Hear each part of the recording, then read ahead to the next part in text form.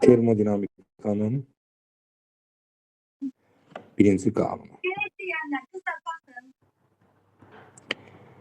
Deməli uşaqlar, biz aslında termodinamikanın birinci qanunu bəzən necə adlandırırıq? Enerjinin saxlanma, istilik proseslərində enerjinin saxlanma qanunu da deyirlər buna.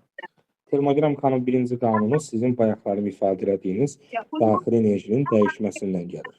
Bir sistemin daxili enerjisinin dəyişməsi üçün Nurgül dedi ki, iki dənə üsul var. Ya istilik verməliyik, ya da sistem üzərində iş görməliyik. Əgər biz bunun hər ikisini eləyiriksə, yəni həm iş görürük, həm də istilik veririksə, onda sistemin daxili enerjisinin dəyişməsi bu ikisinin cəminə bərabər olmalıdır. Xarici qüvvənin gördüyü işlə, bayaq da dedim, yenə təkrar edirəm, xarici qüvvənin gördüyü işlə çox işləmirik biz. Adətən qazın gördüyü işlə işləyirik. Mənfi açlıq yazsaq, düstur olacaq, delta U bərabərdir. Q çıxılsın. Açdırıq. Bu mənfini də bu tərəfə tullasaq, düsturumuzun bu formada da ala bilərik. Q bərabərdir. Delta U üstə gəlinsin. Açdırıq. Yəni, termodinamikanın birinci qanununun əslində bu iki cür yazılışı var. Hər ikisi doğrudur. Ən çox bura ulduz qoyuram ikinciyə ki, ikincidən istifadə edəcəyik. Siz də suallarınızı yazanda çalışın bundan istifadə edin. Amma hər iki düstura görə tərif vermək lazımdır. O tərifimiz nədir? Birinci yuxarıdakından başlayaq. Sistemin daxili enerjisinin dəyişməsi.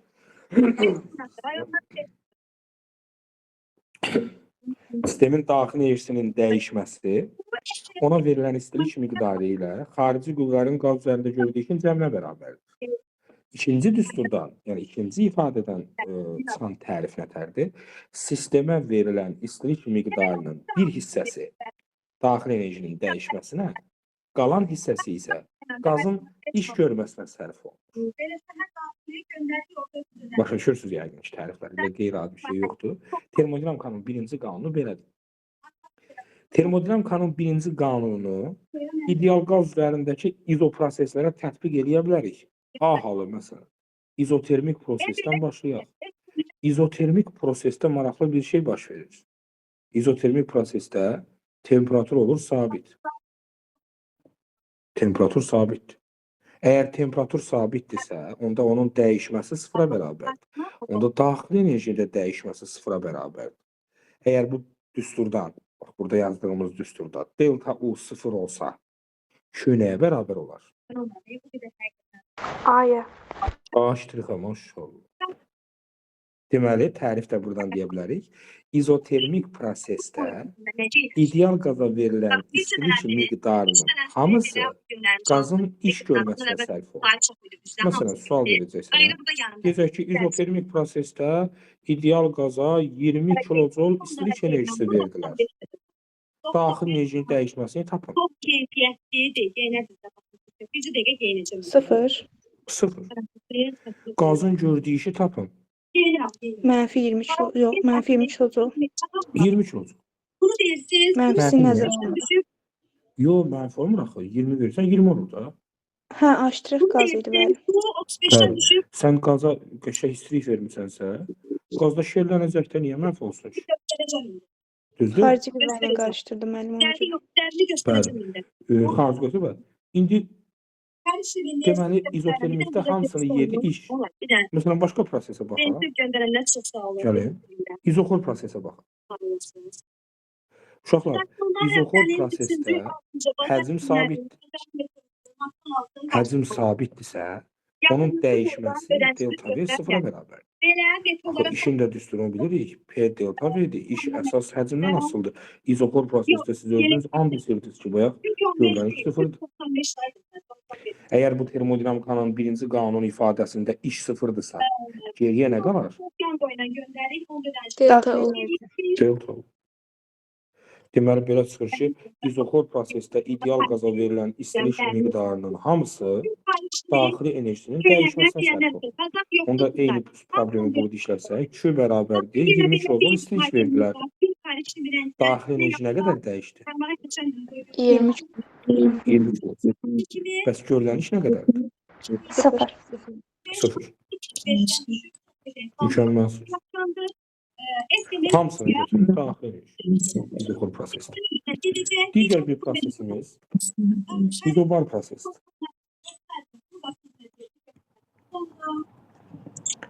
İzobar proses. İzobar prosesdə uşaqlar P bərabərdir konstant. Və izobar prosesi indi bilənlər bilir. İzobarda biz məsələn genişlənmə, qızma deyirik. Yəni həm həcm dəyişir, həm də temperatur dəyişir. Bildiniz? Yəni həcm də sabit deyil,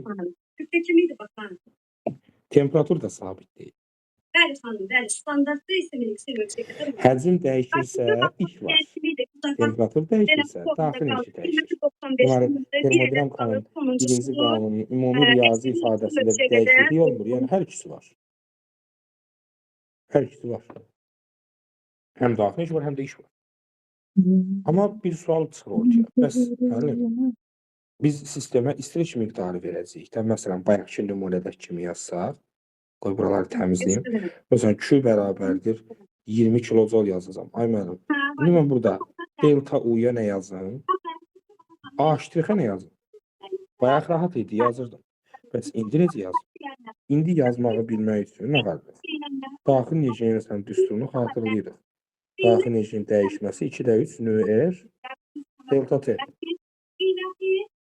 Və ya ola bilər, bunu da yaza bilərəm. 2-də 3 P delta V. İşin düsturu eyni cinsdən yazın. Nör delta T yazmaq olar. Eyni zamanda P delta V də yazmaq olar. İndi bax. Delta U-nun yerinə daxil necəyin dəyişməsi yerinə bu ifadəni yazıram. İşin də yerinə bu ifadəni. Bu ikisini toplasam. Axı delta U ilə A-nı toplayanda bizə nəyi verir? Q-nü vermir. Nəyə bərabər olar Q? 2'de 5 A sınır delta T. Və ya olar ki, xətrinizə dəyməsin deyə bu ilə bunu toplayım. Nəyi verər? 2'de 5 PV. 2-də 5 P delta V. Gördünüz mü maraqlı ifadə alındı? Deməli, əmsal olaraq baxsaq, əmsallara baxaq.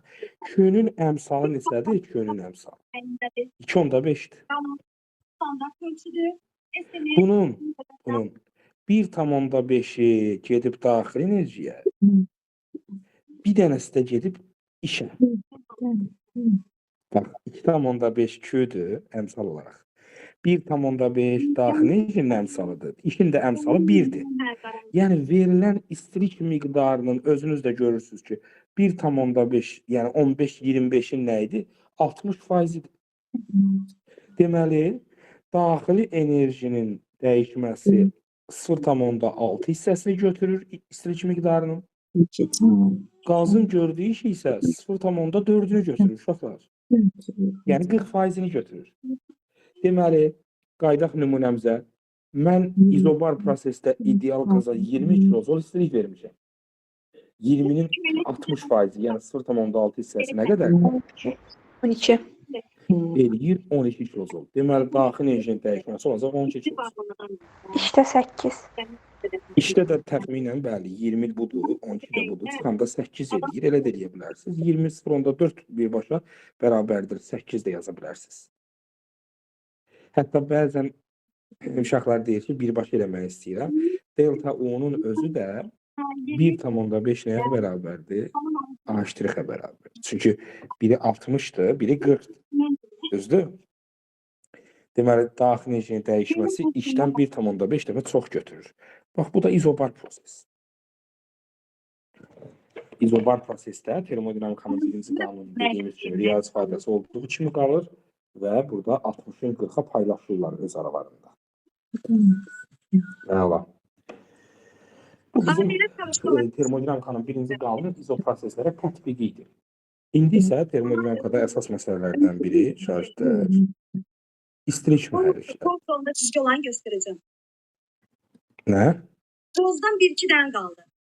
İstilik mühərrikləri. Göstereceğim. İstilik mühərriklərini bir cümlə ilə ifadə etmək demək o deməkdir ki, daxili enerjini Koz diye kız, bunu diye düz bilmedi. daxili enerjini Neyse, bunu kim diye kız. çevirir mexaniki işə. Başka hansı yeleği diye düz. Sizdən soruşsalar ki, istilik mühərrikləri nə işə yarayır? Daxili enerjini mexaniki işə belə oxlarla yazın. Mexaniki işə çevirmək üçün istifadə olunan qurğular. 3 əsas növü var. 1. Daxili yanma mühərrikləri. Deyənlərə olacaq. Bu bayaq deyilmişəm, qiyməti 15 manata düşür. Daxili 35-dən 15-ə düşür. yanma mühərrikləri. Çalışmalarına 2. Buxar turbini. bu ağa baxmaq istəyənlər 45-dən düşüb 15 manata. 3 nədir dostlar? Radioaktivite neydi? Geyinərəm. Reaktiv mühərrik. Qızlar, Koroçkaya baxmaq istəyənlər. O radioaktiv o atomdadır qadası. O nüvə reaktoru sadəcə. Bu reaktiv mühərrik. Bunların hər üçü daxili enerjini mexaniki işə çevirən qurğudur. Daxili yanma mühərriklərində 2 dənə növ var. A. Benzinlə işləyən benzin mühərriki. Yəni biz buna karbürator deyirik. Karbüratorlu mühərriki var. 15 Və dizel mühərriki. Salyar mühərriki. Yəni daxili yanma mühərriklərində deyək sual çıxanda məsələn deyirsən ki, benzinin və ya dizelin daxili enerjisini mexaniki işə gedirsən şeydən yanacaq doldurma məntəqəsindən maşına benzini vurursan və ya dizeli vurursan, gedib maşını sürürsən. Necə sürürsən? Yanacaq yanır orada. Yanmadan alınan enerji düstur yadınızda da Q bərabərdir Q vurulsun. Sən də bunu çevirirsən işə. Yəni F-ə. Maşın başlayır hərəkət etmək. Buxar turbinində su buxarından istifadə olunur. Yəni buxarın daxili enerjisini çeviririk mexanik işə. Reaktiv mühərrikdə o azotlu yanacaqlar, kimyəvi yanacaqlar. Yanacaqların daxili enerjisini hamısında fikir verirsiniz. Hamısında müxtəlif maddələrin daxili enerjisini biz mexanik işə çeviririk. Daxili yanma mühərrikləri ilə bağlı əlavə bir ifadəni də deyim ki, buna yadınızda saxlayın. Daxili yanma mühərrikləri siklik işlərlə işləyir. Yəni təkrarlanan işlərlə işləyir də belə deyək. Bu nədir? Buna deyirlər 4 dənə mərhələ, 4 takt. Bir daxili yanma mühərrikinin torşeni 4 dəfə hərəkət edir. Yəni silindir dedikdə maşında silindir deyirik. Onun içərisində o porşen 4 dəfə hərəkət edəcəkdir. 4 dənə mərhələ var. Birinci takt soğurma taktıdır. Yanacağı soğurur.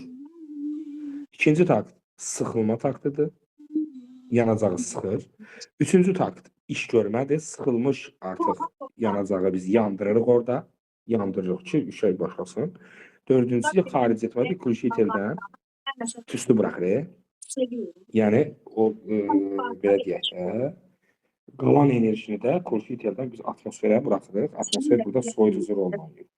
Ümumi istilik mühərriklərində bəli yadda saxlayırsınız ki, 4 takt, yəni bir tam iş görmək üçün bir tam sikl 4 dənə takta başlayır. Bunu yadda saxlamaq olar. İstilik mühərriklərində dostlar əsasən 3 dənə hissə var. Qızdırıcı.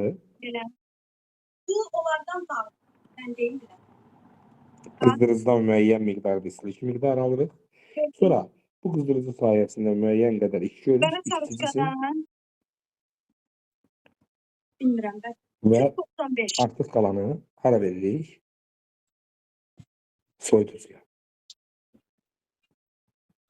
Aşağılarına baxmadım. Sizin gördüyünüz iş nə qədər olur? Yəni qazın gördüyü iş. A'+ bərabər olur. Q1 çıxılsın Q2-yə. Nə yazmışsınız görmədim. Qızdırıcıdan aldığımız istilik miqdarı təbii ki, soyuducu. Elə ki, bunu necə bənzədirik? Kartoşka aldın. Getdin marketdən kartoşka aldın 1000 qram. 1 kilo. Gətirdin evdə istifadə edəndə məsələn 800 qramını yeyə bilirsən. Çürük qabıq gedir axı. Yəni sənin istifadə elədiyin bu 800 qramı sən nətər tapırsan əslində? Aldığın 1000 qram ziyana gedən 200 qram. Nə qədər istifadə elədin? Standart ölçüdə. 800. Ölçüyə gedək. Baxın, iş də belədir. Q1-i alırıq, Q2-ni atırıq. Gördüyümüz iş Q1 ilə Q2-nin fərqidir. Və beləcə sən 1000 qram kartoşka alıb 800 qramını istifadə eləmisənsə, neçə faizini istifadə eləmisən? 80%. Hamımız bilirik ki, 80% istifadə eləmisən. Bu sənin faydalılığındır da. Yəni sən aldığın kartoşkanın faydalılıq faizi 80%-dir. Faydalı iş əmsalı dediyimiz şey, yəni fiyə, ETA ilə işarə olunur bilirsiniz. Sənin gördüyün işin, aştrixin Q1-ə nisbətidir. İkinci kursu Qızdırıcıda bu yaxşı kimi də 800 minə nisbətidir. Vurulsun 100%-dən ifadəsi. həmişə əlimdə. Kameradan deyil. İşin yerinə yazsaq, belə də yaza bilərik düsturu. Q1 çıxılsın Q2, bölünsün Q1 vurulsun da 100 yazmaq olar. Biraz riyazi olaraq ixtisar edib, 1 çıxılsın Q2, bölünsün Q1, vurulsun da 100 yazmaq olar. Buna görə nələr dedim. Hətta qızdırıcının temperaturu T1, soyuducunun temperaturu T2 olanda Carnot deyilən bir fransız alim araşdırır ki, ideal maşın dediyimiz maşınlarda elə temperatur üstündə eyni düstur yazmaq olar. Adet eləmişdilər, qoymağı falan qoymurdum. Atırdım sumkaya. Bir gün yuxulu olmuşam.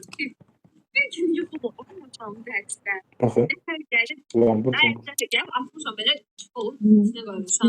faydalı iş əmsalının temperaturla olan üstünə T1 burada qızdırıcının temperaturudur, T2 də gördüyünüz kimi soyuducunun temperaturudur. Əvvəlki illərdə düşən suallardan biri var idi. Seçməli üçün gücü ilə bağlı. Uşaqlar da deyirdi ki, mən siz gücü deməmişsiniz axı bizə. Yəni, nə edirsən əslində? ETA bərabərdir. Aştrix bölünsün Q1 vur 100. Belə. İş, axı biz bilirik də, işlə güc arasındakı əlaqəni bilirsiniz. NT və ya PT, düzdür? Gücün düsturu yadınızda qalar da, P və ya N-yə bərabərdir. Vahid zamanda görülən iş idi bu düstur. PT yaza bilərsiniz. ETA da bərabərdir. PT bölünsün Q1, vurulsun 100%. Yatıb elədim, durdum. Nəsə sonra sefa isilmişdi. Fikrim çatdı uşaqlar. Bu Dərsində. Q1-i qızdırıcıdan alınan istilik miqdarıdır. Qızdırıcıda da biz yanacağı yandırırıq. QM formasında da yaza bilərsiniz. Yəni ETA-nın çox yerdə görmədiyiniz bu düsturu istəyənlər qeyd eləsin. PT bölünsün QM vurulsun 100 formasında da belə də yazmaq olar. Bunu istəyənlər qeyd eləsin. Gedir araba. İndi termodinamikada belə deyək də, siz bayaqlarımız səhifəni hardan dediniz? Bura qədər demişdiniz, düzdür? Mən indi ev tapşırığı əlavə edəcəm uşaqlar, dostlar. Yazırıq zəhmət olmasa qrupa qeyd edib 273-dən